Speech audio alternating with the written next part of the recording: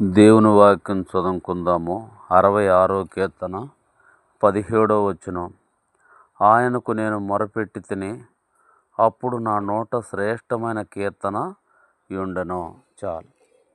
కాబట్టి భక్తుడు అంటున్నాడు, నా నోట శ్రేష్టమైన కీర్తన ఉండెను అంటున్నాడు.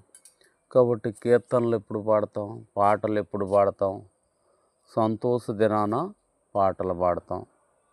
కాబట్టి సంతోషం కలిగినప్పుడు, మేలు కలిగినప్పుడు, లాభం కలిగినప్పుడు మనము పాటలు పాడతాం.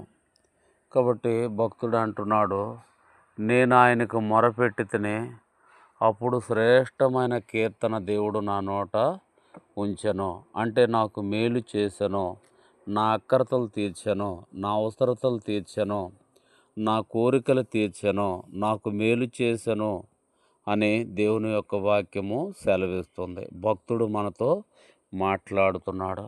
కాబట్టి దేవుని సన్నిధిలో మనం ఎందుకు మొరపెట్టాలి?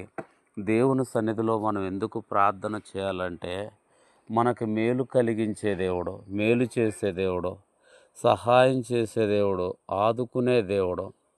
కాబట్టి భక్తుడు అంటున్నాడు, నేను ఆయన సన్నిధిలో మొరపెట్టితేనే అప్పుడే నా నోట శ్రేష్టమైన కీర్తన ఉండెను.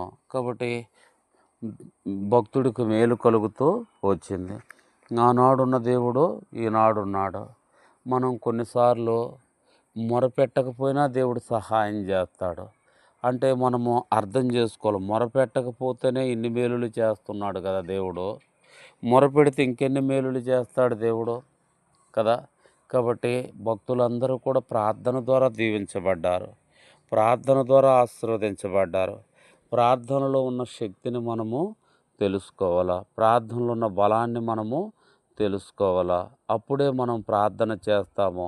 కాబట్టి భక్తుడు అంటున్నాడు, నేను ఆయనకు మొరపెట్టగా నా నోట శ్రేష్టమైన కీర్తన ఉంచెను. అంటే మేలు చేశాడు అని చెప్తున్నాడు.